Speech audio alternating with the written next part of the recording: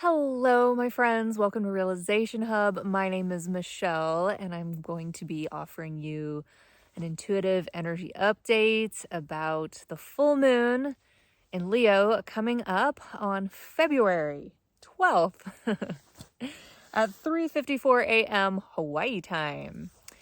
In this video, I'm taking you out on one of my favorite hikes. It's a cinder cone hike. Kind of on a ranch over here. And what's funny is the last time I tried to take you guys on a hike with me, it was raining. And this time I'm taking you guys on a hike and it's raining again. Usually it's like Groundhog Day here, where it's always sunny and beautiful. So I guess the tone of this video is a little moody. Yeah. And I have a feeling I know why. Because for those of you with cardinal placements, I'm giving a shout out to those of you who have Capricorn placements, Cancer placements, Aries and Libra placements. You guys have been getting the heat a little bit more, so to speak, from Mars retrograde and Cancer.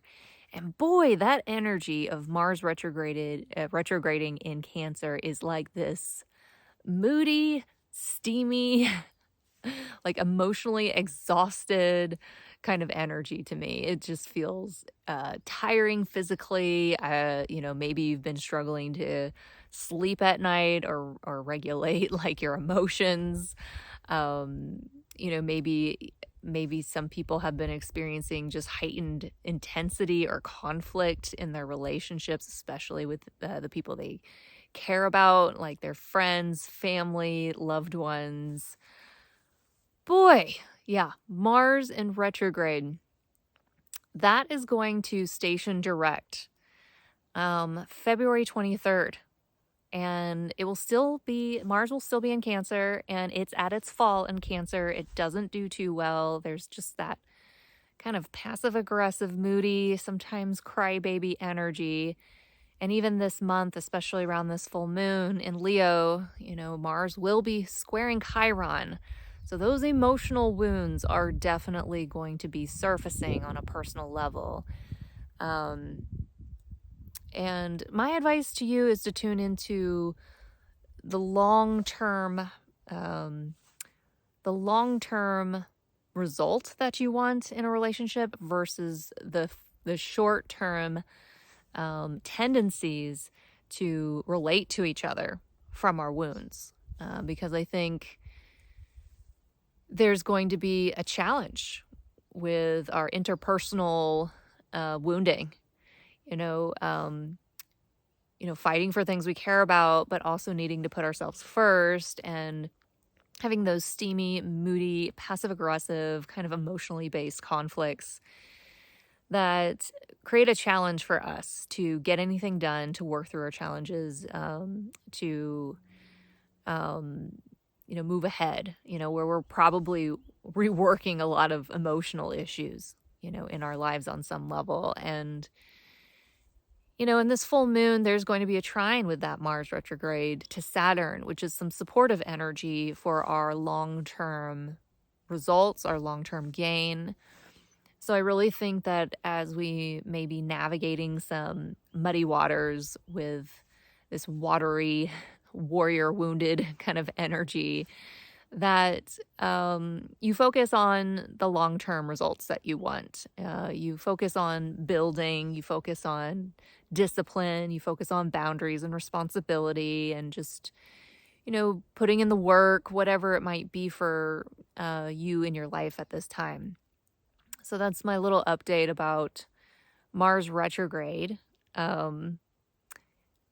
Hopefully we can all get through that one. I think it's a tough transit, being that Mars, just Mars retrograde in general is us reworking a bunch of, conflicts and even crisis, and obstacles and challenges in our way. But having it in its fall in Cancer makes it additionally challenging. So shout out to those of you that have been struggling for that. The good news is that when Mars turns direct, I think around April, it comes out of that shadow phase. And so whatever's been going on, whatever's been brewing or churning for you on an emotional level, conflicts, things like that, should smooth out, by the end of the spring, moving forward again on some level. And then right after that, we're going to have Jupiter, coming into Cancer sometime in the summer, I believe in June. And so that will be a very nice placement in Cancer. So I feel like whatever we're working through right now, we get a little bit of luck and abundance and growth and, some expansion, later in this year. So hopefully it's worth it for all of us. We can trust the process. All right, so let's get back into this full moon in Leo. So Leo is a fire sign, which means that it's active. It can be very creative, active, physically active. It's also a fixed energy, which makes it very stable, makes it very reliable, loyal.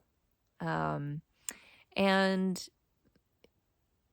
it's ruled by the sun. And, everything revolves around the sun and our solar system. So it's kind of this energy of, having the world, showcasing your talents, your creativity, your leadership, your generosity, your brightness, shining your light and being seen, by the world around you. And there's a very positive side to Leo. It can be very entertaining, a great showman. It could be a great leader, entrepreneur, very loyal, very open-hearted and generous and creative, just shining its light, whatever that may be. But there's also a shadow side to Leo where we might be too dramatic, too bossy, domineering, as far as treating everyone like our little minions around us, or we might even be too showy, too egotistical, too, fill in the blank, with that energy. So every zodiac sign has its, higher qualities and its lower qualities. And the only reason why I'm mentioning that for this full moon is that when we have a full moon, there's always a rebalancing that's going on. A part of a full moon can be a rebalancing where we're having a type of energetic release around the full moon. It could be a physical release. It could be an emotional release, a mental release. But yeah, a full moon can be a release. It can also be an ending, a completion. It can be a type of harvesting.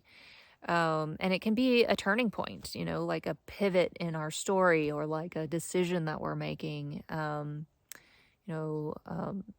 plot, continues in a new way, or it can even a full moon can be something very clarifying that comes up for us to see, something that illuminates something that was hidden.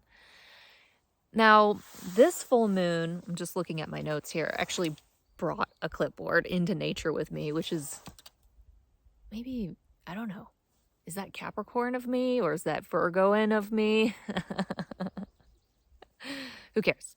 I'm just going to go ahead and tell you what I see here. So, the full moon in Leo is going to be at the 24th degree, and it's going to be in opposition with the sun and Mercury in a conjunction. So full moons are always in an opposition to the sun, but there's an interesting energy here where we have Mercury in conjunction with the sun. The Mercury is going to be at 26 degrees. So right off the bat, this reminds me of some kind of illumination, of a type of message, that comes to light around this time, some type of communication, some type of thought, some type of perspective, some type of, mental processing that comes to light around this time that allows us to balance something out. So let's say we've been overly confident, or maybe we've been too bossy or too dramatic, or maybe we've been maybe we've been too focused on the world revolving on us and not necessarily focused on our greater community or, the group. When we have this opposition between Aquarius and Leo, we're really balancing out, where we put, where we shine our own light versus where we embrace our humanitarianism and being more humble and more group oriented. So we might see themes like that coming up in our lives where we're having a release where we may have had some kind of imbalance around that, but we're definitely coming into some kind of clarity about our thinking, possibly receiving a message. And, for example, like in the collective, there could be like headline news around this time. Something that comes to the public eye, and when I was actually intuitively feeling into the energy around this, Mercury in Aquarius is an air sign, right? And so this can involve a lot of possibilities around like aviation, like flights, planes, crafts that are in the sky, whether you want to call them UPAs, UFOs, or drones, like, anything that flies out there could be a part of this. But I'm definitely sensing that there could be like some kind of headline news, and currently as I'm making this video, there's already been headline news about, planes crashing in the United States. There's been news about, the Trump, firing, workers related to the aviation, and then, planes are crashing, and everyone's got, again, their own opinion and storyline about this. But I think that storyline could continue to heighten or progress in some way, and we might see that more fully around the full moon. But in your own personal life, this could be a type of messaging that you get. Now, unfortunately, this moon has some challenges. This full moon has some challenges to it. And that is because there's a T-square with Uranus in Taurus at the 23rd degree. So it's a pretty tight T-square, which brings up some tension. Now, Uranus is the planet of awakening. It's the planet of change and unpredictable things happening, sometimes in a chaotic, disruptive, unstable kind of way. And being in the sign of Taurus, Taurus is a sign that's fixed, it's stable, it doesn't really like change. Taurus, again, can be practical, logical, being an earth sign, but also like really rooted in self-worth and beauty and harmony and kind of like the pleasures of life.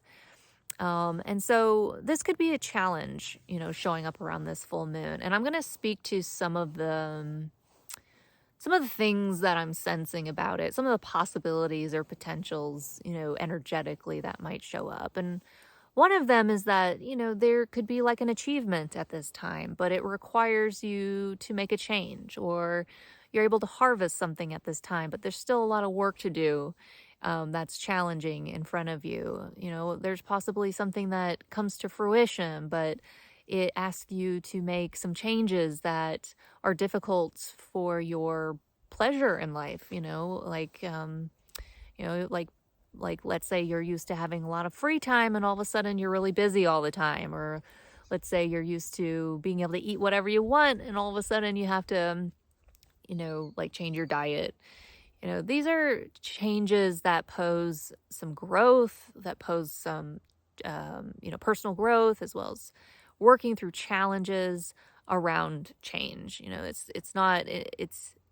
a conflict of interest internally. We've got a part of us that could feel very loud and proud around this full moon, like achieving something or being seen, or like, really showcasing your talents or being acknowledged for your talents or being rewarded for your talents.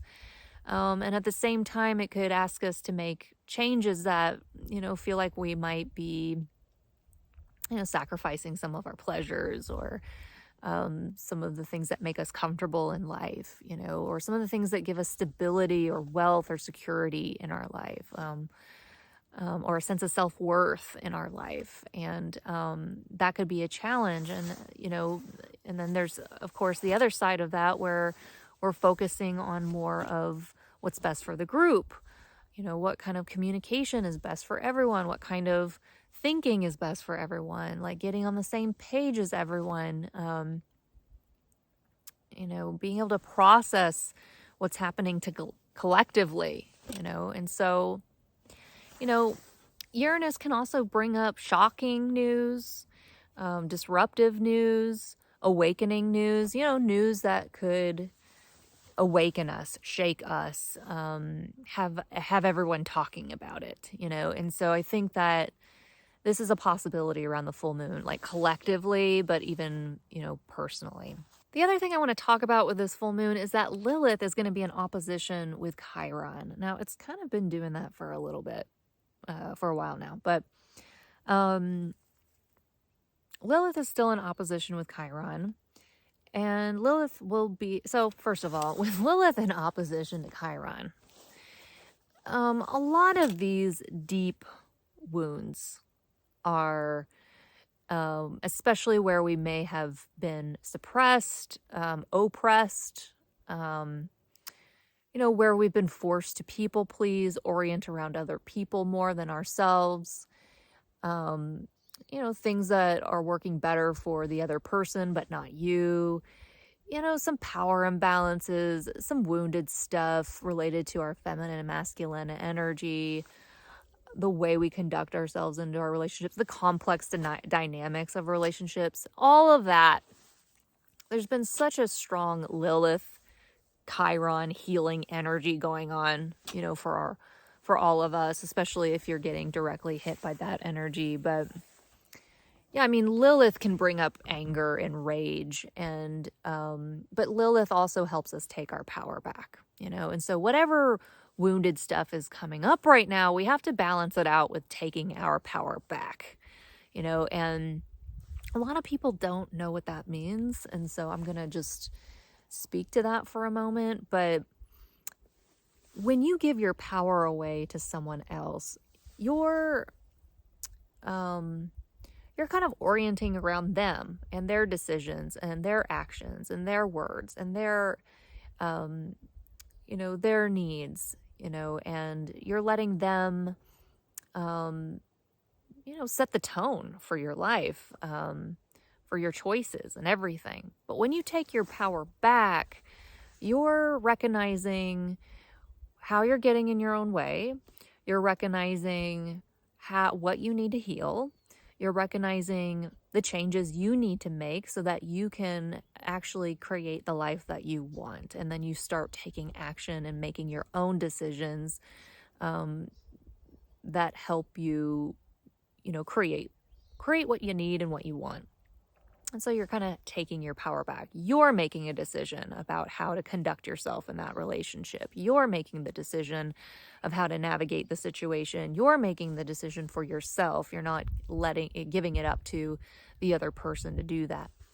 And so that's just a general way of talking about taking your power back.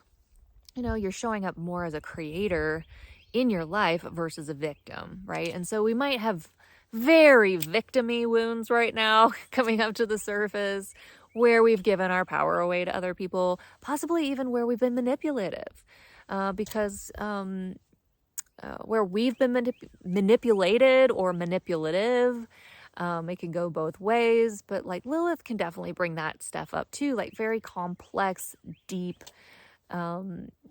passion and anger, but also like manipulation and deception and things like that. And with that opposition with Chiron, there's definitely a theme of that showing up for us. That will come to, a heightened state around the full moon, because the full moon, basically, it heightens an energy. It brings it to a climax, it makes it more intense. And so, yeah, that Lilith and Chiron theme is going to be playing out. Now, because it's an opposition, it's more of a balancing act versus,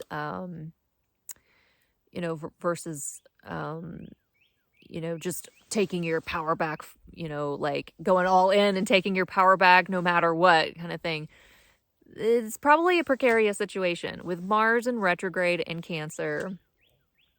You probably have to handle these relationship issues or challenges with oven mitts, very sensitive. And there's going to be probably these moments where you're having to reflect and, really think about, the power imbalances and how you can take your power back and start making those decisions to do so. But you're also needing to address your own healing, your own wounds, and, putting yourself first and accommodating the other person, like it's complex, right? It's like complex, sensitive relationship issues. So, especially possibly with your family or, things that you care about. So, just keep that in mind. That's kind of a balancing act, of being able to address someone else's needs in a relationship as well as heal yourself and put yourself first. Like that has to be balanced out. It can't be too dominant in one or the other direction. But yeah, Lilith is also going to be directly trining the sun, and it's going to be in a sextile with the full moon. And so Lilith is still speaking pretty directly in this full moon. And,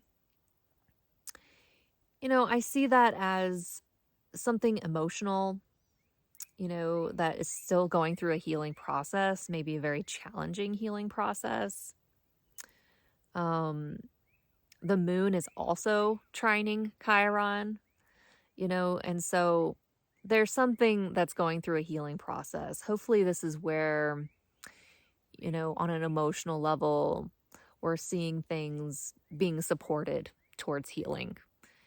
Maybe, let's say some conflict came up, some agitation came up, some friction came up, and now we're kind of reworking it or maybe trying to mend it. We're being more empathic with each other, understanding with each other. When we have a trine with Chiron to the moon, we're probably being more emotionally kind of empathetic with each other, bringing more wisdom to how we can shine our light, put ourselves first, but also address our relationship needs at the same time, and communicate in a way that that is supportive, overall. And so that's kind of an energy coming up. The other thing I wanted to mention about Lilith is that I told you that Lilith is definitely alive and well recently in the astrology. But Lilith is going to be in conjunction with Neptune. And so I think there's probably some energy here where there could have been a blind spot where maybe we've been deceived, manipulated, or maybe there's some type of illusion or delusion or detachment from reality that's been going on, where we've either been, doing it too much or not enough, and this gives us the opportunity to be grounded in more of a reality where we can recognize, some of the power imbalances, the deception, the manipulation, the disillusionment, the detachment from reality. This is an opportunity to look at that blind spot and see where we haven't really been fully in the reality of, how we communicate, how we address our needs. There's just kind of that vibe where with Lilith and in conjunction to Neptune where, possibly some deception, manipulation is starting to be seen more and more, be clarified more and more, unfortunately, or just our power imbalances, our wounds, that have been suppressed, where we may have felt oppressed, all of that's starting to come to more and more clarity around this full moon. And again, there is a tension around healing that. Okay. And it's still challenging, because Mars is squaring Chiron. So it's challenging for us to direct our energy towards like more of the long-term results and building what we want versus focusing on, probably like this wounded warrior, like battling out our wounds kind of thing. This looks like a challenging healing for our relationships. And so I just want to like give everyone a big hug out there. If you've been seeing like some challenges in your family relationships, your personal relationships, just wherever this is showing up in your chart, or in your life, like I just want to give you a big hug because it's, we're all feeling it on some level, but especially those cardinal signs. But yeah, in this full moon, it's a fixed energy. So the fixed signs are going to be feeling it, Leo, Aquarius, Scorpio, and Taurus, will be feeling this full moon. The last thing I want to mention is, with this square going on, T-square going on with Uranus. Uranus is also trining the south node, and Pluto is trining the south node.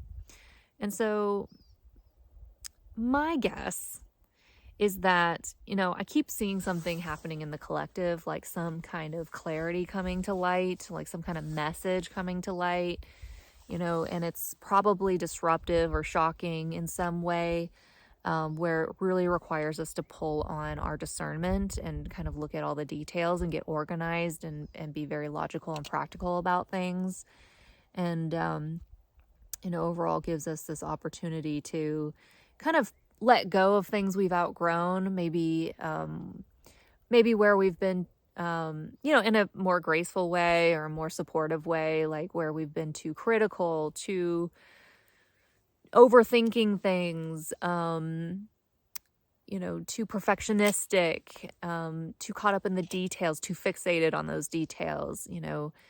Those are some things, those are some energies we can pull on that can support us in this change, but it's also, where we are being asked to kind of really let go of some of these tendencies for our own transformation,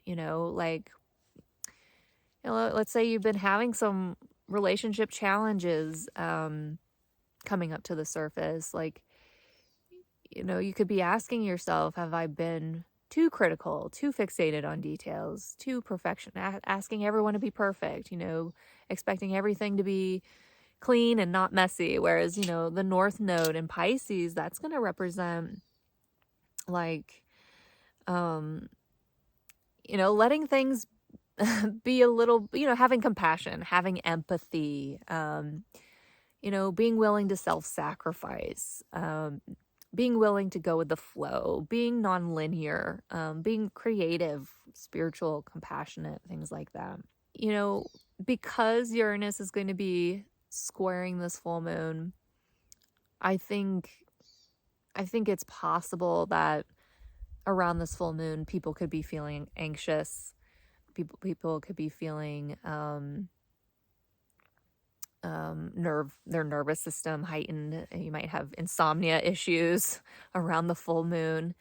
And that's a possibility. Maybe your mind is going through changes. It's kind of cool to see Uranus squaring Mercury and the sun. I mean, it's challenging, but we could be going through quite an awakening, like on a mental level, like our minds might be releasing, some energies. We might be like purging something or, letting go of something and allowing ourselves to see things in a new way, allowing our perspectives to change in a new way where we can be more innovative, creative, embrace change, deal with the unpredictable change. It could bring about, that revolutionary kind of thinking as well.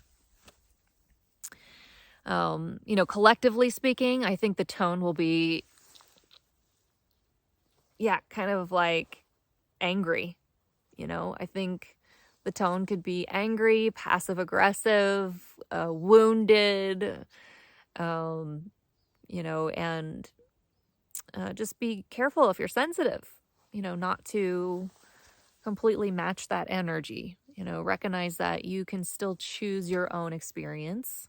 You can choose your own thoughts and feelings. You know, I think it's really important to regulate your emotions. You know, as long as Mars is in Cancer, especially when it's going retrograde, like when it's squaring Chiron and this Lilith stuff is going on with Chiron, like it's so important, you guys, right now. Very important. Please regulate your emotions. Do not act from those wounded emotional states. You know, try to come from more of that objective. You know, we're going to be in Aquarius season. Try to come from more of that objective, detached point of view. Communicate more objectively in a more detached way. You know, focus on the long-term results that you want, the long-term gain. Be willing to direct your energy towards building that long-term results that you're looking for, instead of focusing on the fighting and, you know, the irritability and the frustration that might be coming up for you. Thank you so much for watching. I appreciate you being here with me in this little misty forest in Hawaii, this ohia tree forest. And I wish you the very best in this full moon. And if you need support, don't hesitate to book a session with me. I do energy healings, intuitive readings. I can help you manage your energy. I can teach you how to manage your energy if you're sensitive. I also do astrology readings, natal chart readings, solar return readings. I can look at your current transits, eclipse activations. We got eclipses coming up next month in March. If you're interested in looking at your chart and what might be activated around those eclipses, let me know. Especially if you've got Virgo and Pisces placements, that will be even more important for you. And you're welcome to join my group sessions anytime each month. They're there for you. So I wish you the very best. Take care, everyone. Bye.